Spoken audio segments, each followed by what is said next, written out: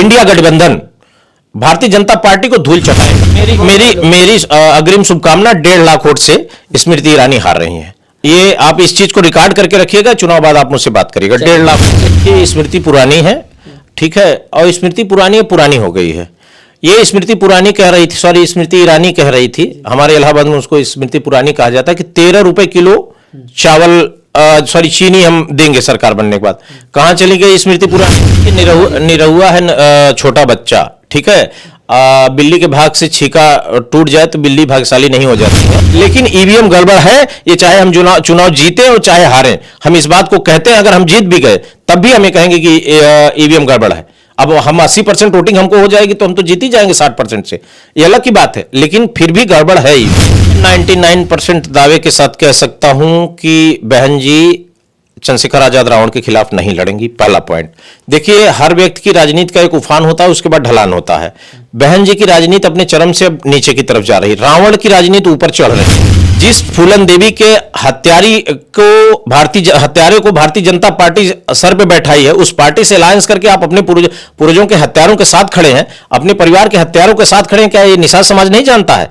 और निषाद समाज में क्या और युवा नहीं है जो पढ़े लिखे हैं? आपका बेटा सांसद, आपका बेटा विधायक, आप मंत्री। अरे भाई, अगर आपकी पार्टी में आप बैकवर्डों की बात करें, किसी बैकवर्ड दे दीजिए, नहीं दे रहे हैं। अगर निषादों के हित के लिए आए तो निषाद समाज के युवा जो पढ़े लिखे हैं उनको आगे बढ़ाइए ना। खाली बेटा बेटी बहू पत्नी मैं और कौन है? चुनाव आयोग गुलाम है, साफ साफ सुन लीजिए। चुनाव आयोग का वो स्टेटमेंट मुझे याद है, मैंने उस पर अपनी प्रतिक्रिया दी थी। बोले कि जाति धर्म और क्षेत्र के नाम पर वोट मांगने वालों के खिलाफ कार्रवाई होगी। इस इलेक्शन कमीशन की हैसियत नहीं है, 2 कौड़ी के इलेक्शन कमीशन की हैसियत नहीं है। पूरी भारतीय जनता पार्टी धर्म के नाम पर राजनीति करती है। अगर इलेक्शन कमीशन में दम हो, जरा कार्रवाई करके देखो।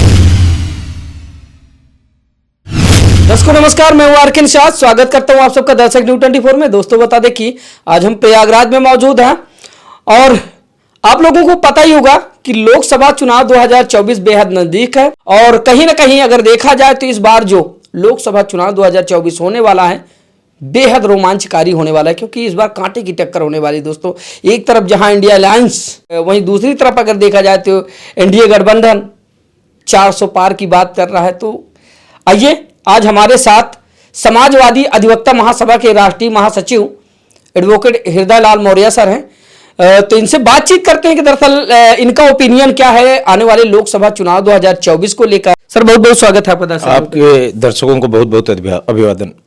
सर, लोकसभा चुनाव 2024 बेहद नजदीक है और ऐसे में इंडिया अलायंस, आप तो मान लीजिए इंडिया अलायंस से ही हैं, और इंडिया अलायंस की अगर बात की जाए तो कितनी और किस हद तक दावेदारी होगी आपके उत्तर प्रदेश में?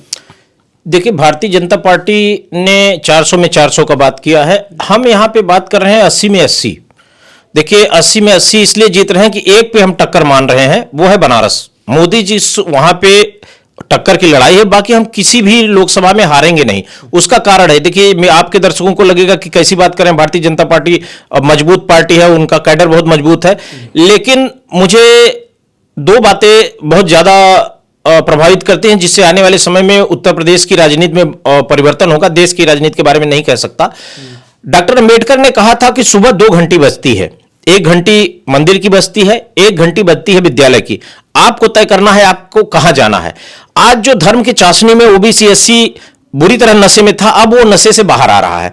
अब उनको लग रहा है कि डॉक्टर अंबेडकर की बातें सही है कि हम उस घंटी की आवाज सुनेंगे जो हमें विद्यालय भेजती है। और जो भी लड़के ओबीसी एससी एसटी के जो अधिकारी बन रहे हैं, आईपीएस बन रहे हैं, आईएएस बन रहे हैं, डॉक्टर इंजीनियर प्रोफेसर बन रहे हैं, जज बन रहे हैं, वकील बन रहे हैं, उन सबको यह पता चल गया है कि संविधान के माध्यम से ही कुछ हो सकता है। धार्मिक मामलों से हमारा कोई उद्धार नहीं होने वाला है। हम जो दान करते हैं मंदिरों में, वो एक जात विशेष के लोगों, वर्ग विशेष के लोगों तक जाता है। ये जो जागरूकता आई है पिछले कुछ सालों में, उससे ओबीसी एससी एसटी का जो एजुकेटेड ग्रुप है या एजुकेटेड क्लास है, वो सबके सब इंडिया गठबंधन को वोट करेंगे। जो कम पढ़े लिखे लोग हैं उनमें भी जागरूकता आ रही है और उनके युवा भी अब इंडिया गठबंधन की तरफ आकर्षित हो रहे हैं।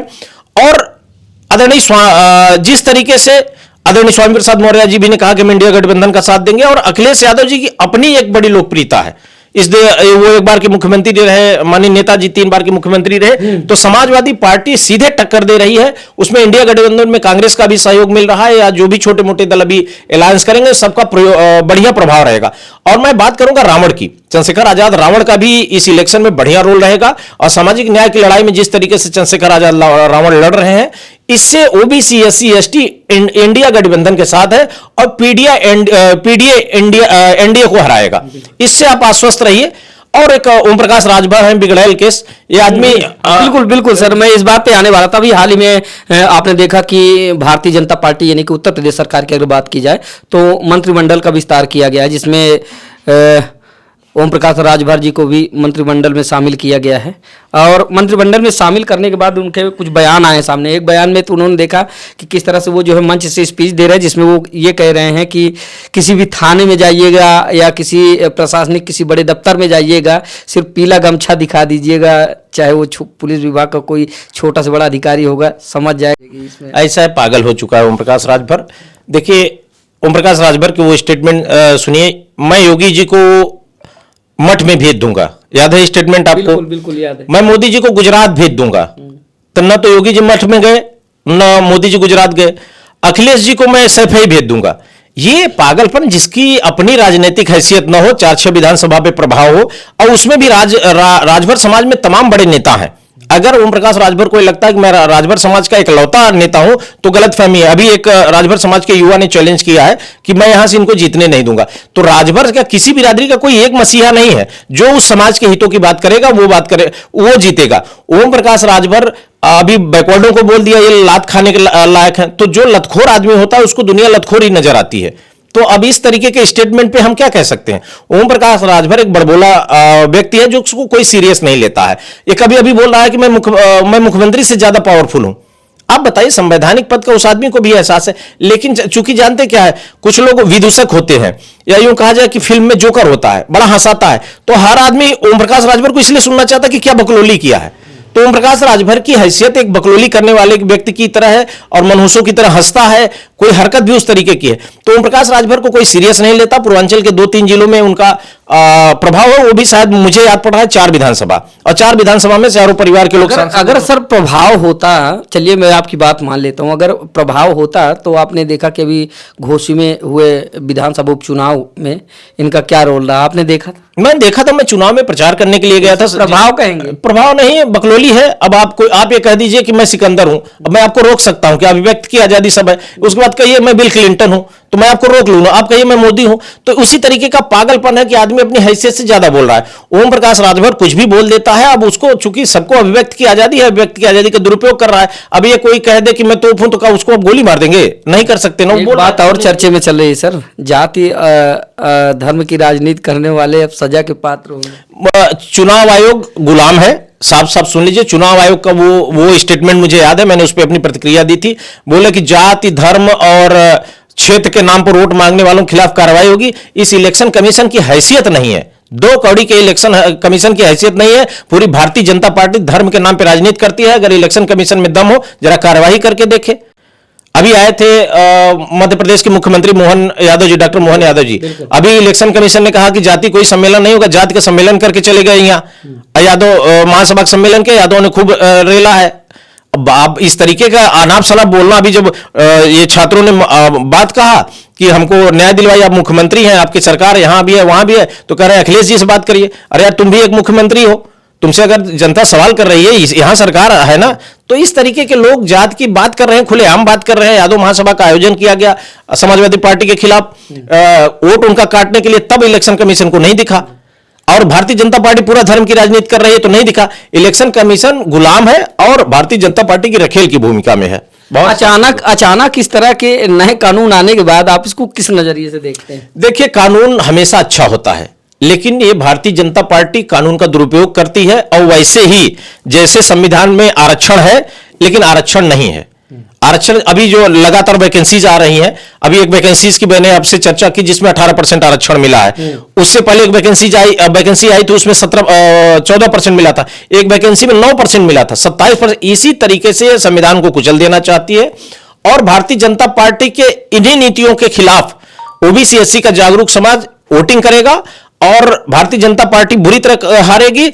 और घोसी में इस चुनाव में जिस तरीके से ओम प्रकाश राजभर बड़बोलापन कर रहा था, भाग गया, एकदम गायब हो गया, तो कई लड़के ढूंढ रहे थे मिसबिहेव करने के लिए, तो ओम प्रकाश राजभर को सांप सूंघ गया। अभी आदमी बड़बोला है, ये मेरी जीत है, मैं सीधा लड़ रहा हूं, अखिलेश से मेरी लड़ाई है और मैं हार गया तो मैं एक बाप की औलाद नहीं। तो कितने बाप की औलाद है ओम प्रकाश राजभर, बताए?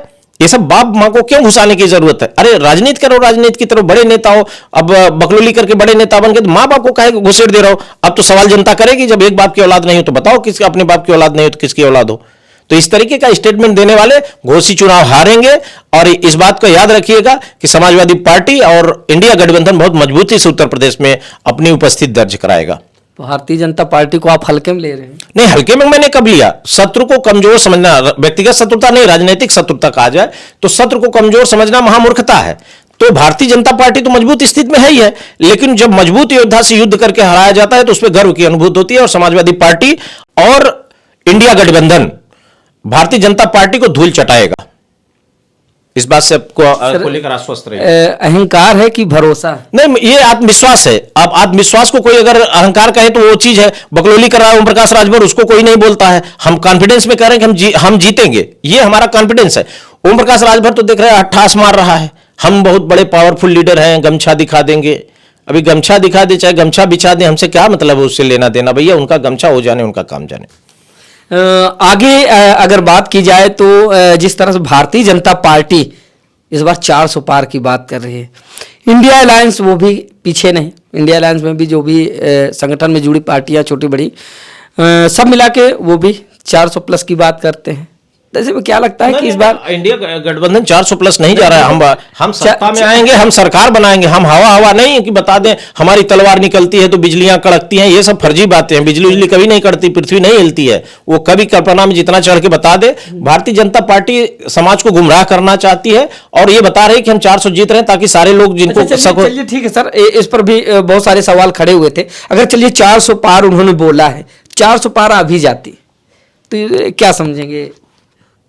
नहीं, आप ईवीएम में ले जाना चाहते हैं। मैं आपको बता दूं, चाहे ये जितनी ईवीएम ये सवाल खड़ा हुआ है। ईवीएम सेटिंग कर लें, लेकिन जनता का जब एक तरफा वोट पड़ेगा तो ईवीएम फीवीएम ध्वस्त हो जाएगी। हाँ, ईवीएम में गड़बड़ी है, लेकिन एक माइनूर बहुत कम गड़बड़ होता है कि हाँ 10 वोट में 5 वोट में 1 वोट जाता है। तो जब एक तरफा वोट ही इंडिया गठबंधन को पड़ जाएगा तो कितना इनका ईवीएम काम करेगा। लेकिन ईवीएम गड़बड़ है, ये चाहे हम चुनाव जीते और चाहे हारें, हम इस बात को कहते हैं। अगर हम जीत भी गए तब भी हमें कहेंगे कि ईवीएम गड़बड़ है। अब हम 80% वोटिंग हमको हो जाएगी तो हम तो जीत ही जाएंगे 60% से, ये अलग की बात है, लेकिन फिर भी गड़बड़ है ईवीएम। सर मेरी निगाह में जहाँ तक मुझे जानकारी है, मैं अपनी स्वेच्छा अनुसार बता रहा हूँ, 4 सीटें मुझे जो है इस समय मतलब कि अपने यूपी की ज़्यादा चर्चे में दिख रही हैं। तो इन चारों सीटों पर चर्चा करेंगे, उसमें आप अपना विचार रखिएगा। एक अमेठी लोकसभा, हाँ, तो अमेठी से अगर मान लीजिए स्मृति ईरानी जो कि वर्तमान सांसद हैं और अगर राहुल गांधी जी का आमना सामना हुआ तो इस बार क्या कुछ होने वाला है? देखिए, स्मृति पुरानी है, ठीक है, और स्मृति पुरानी हो गई है। ये स्मृति पुरानी कह रही थी, सॉरी स्मृति ईरानी कह रही थी, हमारे इलाहाबाद में उसको स्मृति पुरानी कहा जाता है कि 13 रुपए किलो चावल चीनी हम देंगे सरकार बनने के बाद। कहाँ चली गई स्मृति पुरानी? अभी एक लालू जी की पार्टी की एक महिला ने सिलेंडर से क्या कह डाला, बहुत कुछ कह डाला। अब इस तरीके की अशोभनीय वक्तव्य देने वालों को जनता अब नहीं पसंद करे। भी एक लड़का इंटरव्यू में कह रहे थे कि मैं धरने बैठ जाऊं, लड़का का बैठ जाइए, आपने वीडियो वायरल हुआ था, तो वो अरे मैं नहीं बैठूंगी। इस तरीके के झूठे नेताओं को अमेठी की जनता, रायबरेली की जनता जान चुकी है। और स्मृति ईरानी, इसमें यह चर्चा है कि इनका टिकट कटेगा, अगर पा गई तो हारेंगी। और ये भारतीय जनता पार्टी के पास इंटरनल रिपोर्ट है। नहीं सर, क्लियरेंस मिल गया है। अच्छा, टिकट मिल गया, बिल्कुल। तो उसमें 4 लोगों 11 या ऐसे कुछ लोगों का नाम जो है रिपीट हुआ है, जिसमें दिनेश लाल यादव, स्मृति ईरानी, साध्वी निरंजन ज्योति जी। तो मेरी अग्रिम शुभकामना 1.5 लाख वोट से स्मृति ईरानी हार रही है। ये आप इस चीज को रिकॉर्ड करके रखिएगा, चुनाव बाद आप मुझसे बात करिएगा। 1.5 लाख वोट से ठीक है। वहीं पर अब बनारस वाली सीट पर बात की जाए, जहां पर देश के प्रधानमंत्री नरेंद्र मोदी जी सांसद बने थे और सांसद बनने के बाद प्रधानमंत्री तक का उन्होंने सफर तय किया। इस बार क्या कुछ होने वाला है अगर वो वहां से चुनाव? नहीं, देखिए, वहां से कमजोर नहीं, मैंने पूरे 80 सीट में 1 सीट की बात की थी कि 1 सीट पे वो टक्कर में है, 19 हैं कि 20 हैं, इस पे मैं नहीं कह रहा हूं कि हम जीत रहे हैं, वो जीत रहे हैं, क्योंकि बड़े नेता हैं और देश के प्रधानमंत्री, हम उनका सम्मान करते हैं। लेकिन समाजवादी पार्टी वहां टक्कर देगी, हो सकता है हम जीत जाए। हम गारंटी इसलिए नहीं ले रहे हैं कि देश के प्रधानमंत्री को जिताने के लिए पूरे देश का सिस्टम लग जाएगा, वहां एक एक घर में कितने पैसे बांटे जाएंगे, कितने लोगों को डराया धमकाया जाएगा, या जो भी हो, या उनकी लोकप्रियता का इशू हो, उस पर मैं नहीं बोलूंगा। ठीक है। अब तीसरी सीट पर हम बातचीत करेंगे, आजमगढ़ चलेंगे। आजमगढ़ की वो लोकसभा सीट जहां से दिनेश लाल यादव यानी कि निरहुआ जी वर्तमान सांसद हैं। आने वाले दिनों में अगर मान लीजिए समाजवादी पार्टी के पूर्व मुख्यमंत्री अखिलेश यादव जी का निरहुआ से आमना सामना होता है, तो क्या लगता है? देखिए, निरहुआ है छोटा बच्चा, ठीक है। बिल्ली के भाग से छीका टूट जाए तो बिल्ली भाग्यशाली नहीं हो जाती है। उस समय आपको याद होगा गुड्डू जमाली 1.5 लाख वोट पाए थे और माननीय धर्मेंद्र यादव जी 60,000 वोट से हार गए थे। गुड्डू जमाली समाजवादी पार्टी में है और उस समय उहापोह की स्थिति में जो 1.5 लाख कटा था, उस स्थिति में वो 60,000 से आ रहे थे। वो 1.5 लाख वोट हमारा आ गया हमारे पास। प्लस इस बार पोलराइज माहौल बनेगा। और जिस तरीके से अभी मेरे पास एक निजी फोन आया था जिसमें निरहुआ के रिश्तेदार ने एक यादव समाज के व्यक्ति के ही जमीन पे कब्जा कर लिया था। मैंने उसमें प्रयास किया छुड़ाने का, बार बार निरहु की तरफ से जो है वो पैरवी हो रही थी, जो कि इलीगल जो कब्जा था। तो वहां पे यादव समाज भी निरहु के हरकतों से परेशान चल रहा है। और इस बार निरहु को उनकी हैसियत वहां की आजमगढ़ की जनता बता देगी। अंदाजा लोगों को नहीं था कि निरहु इस तरीके से लड़ लेंगे, लेकिन सारी जो अभी ये तो फिल्मों में बिजी रहते हैं, गाना बनाना, नाचना उचना, तो वो तो फिल्में से पैसा कमा रहे हैं, लेकिन जनता वहां की त्रस्त है। और इस बार चाहे किसी को भी राष्ट्रीय अध्यक्ष श्री अखिलेश यादव जी लड़ा, चाहे धर्मेंद्र जी को लड़ा ले, चाहे शिवपाल चाचा तो खैर वहां से पा गए हैं, राष्ट्रीय अध्यक्ष जी अगर लड़े तो कम से कम 2 से 2.5 लाख वोटों से जीतेंगे। अन्य कोई लड़ता है तो भी 1.5 लाख वोटों से समाजवादी पार्टी की जीत होगी। चलिए सर, अब गोरखपुर चलते हैं। गोरखपुर की वो संसदीय सीट जहां से वर्तमान सांसद रवि किशन शुक्ला जी हैं, यानी कि अभिनेता रवि किशन शुक्ला जी, और उनके सामने है इस बार अभिनेत्री काजल निषाद समाजवादी पार्टी से। अगर इन दोनों का आमना सामना हुआ तो क्या कुछ होने वाला है? कुछ नहीं होगा। काजल निषाद एक बड़ी नेत्री रही हैं और काजल निषाद का गोरखपुर की जमीन पे एक काम किया है उन्होंने, उनकी एक पहचान है। इत्तफाकन जब कभी कभी माहौल बनता है तो निश्चित रूप से रवि किशन शुक्ला जी जीत गए हैं और इस बार काजल निषाद बहुत बढ़िया टक्कर दे रहे हैं। मैंने गोरखपुर के तमाम लोगों से, मैं पिछले 2 साल में 2 कार्यक्रम वहां पे भोजनों का कार्यक्रम किया। तमाम लोगों का कहना है कि काजल निषाद कम से कम 1 लाख वोट से वहां का संसदीय क्षेत्र जीतेंगी और यह ऐतिहासिक बात होगा कि वहां की एक बहुजन बेटी और जो लगातार लड़ रही है, बहुजन समाज की बात कर रही है, अंबेडकर के विचारों पर चलने वाली नेत्री हैं काजल निषाद जी, वो निश्चित रूप से जीत दर्ज करेंगे। और ये पहली लिस्ट में राष्ट्रीय अध्यक्ष श्री अखिलेश यादव जी ने उनका नाम घोषित कर दिया था। इससे ये साबित होता है पहली लिस्ट में, तो इससे ये सिद्ध हुआ कि माननीय राष्ट्रीय अध्यक्ष जी का काजल निषाद जी पर पूरा विश्वास है और ये विश्वास वहां की जनता ने दिया होगा, तभी टिकट दिया गया है। तो निश्चित रूप से, और आपको बताओ निषाद समाज वहां बहुत बड़ी संख्या में है। मैं जातिवाद की बात नहीं कर रहा हूं, लेकिन जाति का वोट पड़ता है और निषाद समाज ने यह तय कर लिया है, तमाम ओबीसी SC ST ने तय कर लिया है और पीडीए ने यह तय कर लिया है कि काजल निषाद को इस बार संसद भेजना है। तो रवि किशन नहीं चल पाएंगे। वो गाना गा लेने से अगर कोई नेता हो जाता तो रफी साहब इस देश के प्रधानमंत्री होते। भाई बहुत सारे सिंगर रहे, आप बड़े नामों का। निषाद समाज की जहां पर बात आती तो उधर आप देख पा रहे हो डॉक्टर संजय निषाद भी है निषाद पार्टी से, जो भारतीय जनता पार्टी के खेमे में है। तो क्या उनका असर नहीं देख रहे हो? कोई निषाद समाज उनको नेता मानता है क्या? जिस फूलन देवी के हत्यारे को भारतीय जनता पार्टी सर पे बैठाई है, उस पार्टी से अलायंस करके आप अपने पूर्वजों के हत्यारों के साथ खड़े हैं, अपने परिवार के हत्यारों के साथ खड़े हैं। क्या ये निषाद समाज नहीं जानता है? और निषाद समाज में क्या और युवा नहीं है जो पढ़े लिखे हैं? आपका बेटा सांसद, आपका बेटा विधायक, आप मंत्री। अरे भाई, अगर आपकी पार्टी में आप बैकवर्डों की बात करें, किसी बैकवर्ड दे दीजिए, नहीं दे रहे हैं। अगर निषादों के हित के लिए आए तो निषाद समाज के युवा जो पढ़े लिखे हैं उनको आगे बढ़ाइए ना। खाली बेटा, बेटी, बहू, पत्नी, मैं और कौन है? ये तो निषाद समाज पूरी तरह जान चुका है और इस बार निषाद समाज संजय निषाद को हराने का पूरा काम करेगा। सर, ये तो 4 सीटों पर हमने बातचीत कर ली। अब हम थोड़ा नगीना की तरफ चलेंगे, क्योंकि तमाम तरह की भ्रामक बातें सामने आ रही हैं या फिर लोगों के अपने अपने विचार सामने आ रहे हैं कि वहीं से बहुजन समाज पार्टी की जो अध्यक्ष हैं बहन कुमारी मायावती जी और भीम आर्मी चीफ चंद्रशेखर नावड़ जी, आमने सामने होने वाले हैं, इस बात में कितनी सच्चाई है? क्या लगता है कि ये दोनों मुझे आमने सामने आने वाले हैं? अगर आते भी हैं तो फिर क्या कुछ? मैं 99% दावे के साथ कह सकता हूं कि बहन जी चंद्रशेखर आजाद रावण के खिलाफ नहीं लड़ेंगी। पहला पॉइंट देखिए, हर व्यक्ति की राजनीति का एक उफान होता है, उसके बाद ढलान होता है। बहन जी की राजनीति अपने चरम से अब नीचे की तरफ जा रही है, रावण की राजनीति ऊपर चढ़ रही है। और रावण पूरे भारतवर्ष में सामाजिक न्याय के योद्धा के रूप में पहचान मैं बहुत पहले से पसंद करता हूं। और रावण को मैंने आज से कई जो बहुजन समाज के लोग रहे, बहुजन समाज पार्टी कार्यकर्ता, मैंने उनसे आज से 5 साल पहले कहा था कि रावण भविष्य में मायावती जी को ओवरटेक करेगा, क्योंकि मायावती जी की जो राजनीतिक उत्पत्ति हुई थी, मान्यवर कांशीराम ने सामाजिक न्याय के नाम पर उनको आगे बढ़ाया था। और सामाजिक न्याय के पे काम करते हुए बहन मायावती जी ने कहीं ना कहीं मनुवाद के प्रभाव में सामाजिक न्याय को कुचल दिया। और रावण आज भी सामाजिक न्याय के लिए लड़ता है। और जितना ओबीसी एससी के साथ अन्याय हो रहा है, खासकर एससी समाज से, रावण से ज्यादा कोई लड़ने वाला नहीं है। इसलिए युवा एससी समाज का रावण को अपना आदर्श मान चुका है और रावण निश्चित रूप से बड़े वोट डिफरेंस से जीत दर्ज करेगा। और चाहे उसके लिए सामने कोई भी हो, चाहे भारत का कोई भी एससी नेता रावण के सामने खड़ा हो, रावण से वर्तमान समय में कोई बड़ा नेता नहीं है। सबकी नजरें टिकी हुई है सर कि बहन जी यानी कि बहुजन समाज पार्टी की चीफ बहन कुमारी मायावती जी किसके खेमे में जाने वाली है? एनडीए या इंडिया अलायंस? किसी खेमे में जाए, पार्टी की हालत खराब है, कोई टिकट नहीं लेना चाहता है। जहां तो, क्या लगता, आप अपना ओपिनियन बताइए कि क्या इंडिया अलायंस में वो आने वाली हैं या आ सकती हैं या आएंगी या फिर इंतजार कर रही है? मुझे नहीं लग रहा है कि वो आएंगी। वो इंडिविजुअल लड़ेंगी और वो इंडिविजुअल लड़ें। जो भी एक आध दो सीट मिली है, 10 ठो सपा अलायंस से मिली थी, वो भी चली जाएगी। इनकी राजनीति का दंड है, हमको ऐसा लगता है, जो मैं समझता हूं। बाकी वो लड़े कैसे, किसको टिकट देती है। ठीक है, अगर मान लीजिए इंडियन अलायंस से आ ही जाती हैं तो क्या इनकी राजनीति एक बार फिर से उफान में आ जाएगी? अरे भाई, वोट ट्रांसफर होगा तो तब तो राजनीति चढ़ ही जाएगी उनकी। भाई, जब हमारी पार्टी से अलायंस हुआ था तो हमारे 4-5 सांसद हुए थे, इनके 10 हो गए थे। ऊपर से ये ज्ञान दे रही थी कि समाजवादी पार्टी का वोट ही नहीं ट्रांसफर हुआ। सूत्रों से ऐसा जानकारी मिल रही कि शायद वो एनडीए के खेमे में जाने वाली। तो जाए, उनसे क्या फर्क पड़ता है? वो तो बहुत पहले मनुवाद के प्रभाव में आ गए। अगर भाजपा के साथ अलायंस करती हैं तो उनकी विचारधारा है, वो तो मान्यवर कांशीराम की विचारधारा को कुचल के जला चुकी हैं। मान्यवर कांशीराम अजर अमर रहेंगे, लेकिन बहन मायावती जी कभी नहीं होगी, क्योंकि उन्होंने सामाजिक न्याय के आंदोलन को कुचला है।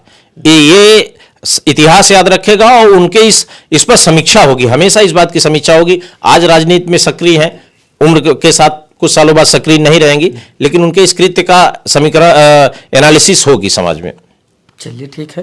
तो दोस्तों बता दें कि आज हम प्रयागराज में मौजूद थे और आज हमारे साथ बातचीत करने के लिए समाजवादी अधिवक्ता महासभा के राष्ट्रीय महासचिव एडवोकेट हृदय लाल मौर्य सर थे, जिनसे हमने विस्तार पूर्वक बहुत सारे मुद्दों पर बातचीत की। आप लोगों ने बखूबी सुना। फिलहाल आप लोगों की राय क्या है आने वाले दिनों में जो लोकसभा चुनाव 2024 आने वाला है, और साथ ही अभी सर के द्वारा जितनी भी बातों के उत्तर दिए गए, जो भी उन्होंने अपने विचार विमर्श हमारे और आपके समक्ष रखे, आप लोगों की राय क्या है? अपनी मंशा कमेंट के रूप में जरूर साझा कीजिएगा। तो मिलते किसी दूसरी खबर में, तब तक के लिए नमस्कार।